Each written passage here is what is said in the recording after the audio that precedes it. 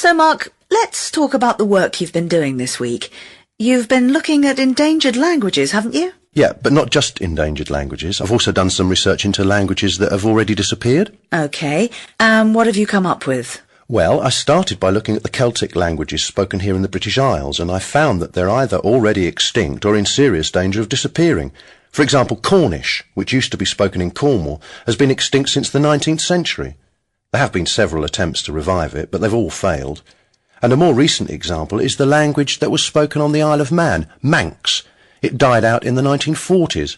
So the only Celtic languages still spoken in the British Isles are Welsh, Irish and Scottish Gaelic. But all three are under threat from English. So will they disappear too one day? What do you think? It's difficult to say, really.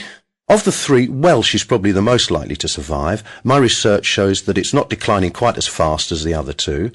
About 1 person in 5 in Wales speaks Welsh, and it's being promoted in Welsh medium schools, so the number of children who speak it is actually rising. I wouldn't be at all surprised if it made a comeback. And would you say it's mainly because of the spread of English that most minority languages are dying out? Well, it depends on the part of the world.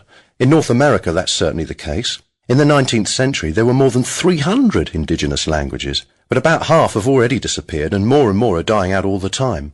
For example, only about 10 old people still speak Achumawi, a language from northeastern California, and that's out of a tribe of 800. The rest all speak English. What about countries where English isn't widely spoken? Yes, well, in Brazil, there were over 1,000 languages in the 19th century. That number is down to just 200 now, and they're all under pressure from Portuguese. But I've found that it's not always a case of a weaker language being threatened by the spread of a dominant language. There are lots of reasons why languages disappear. A dramatic example is the Trumai language, which was only spoken in one particular village in the Amazon rainforest. In the 1960s, a group of Western explorers passed through this village and, unfortunately, while they were there, they infected the local population with flu. The villagers didn't have any resistance to the virus at all, and all but 10 of them died, so Trumai has completely vanished now. Yes, that's a good example of how a language can become extinct almost overnight.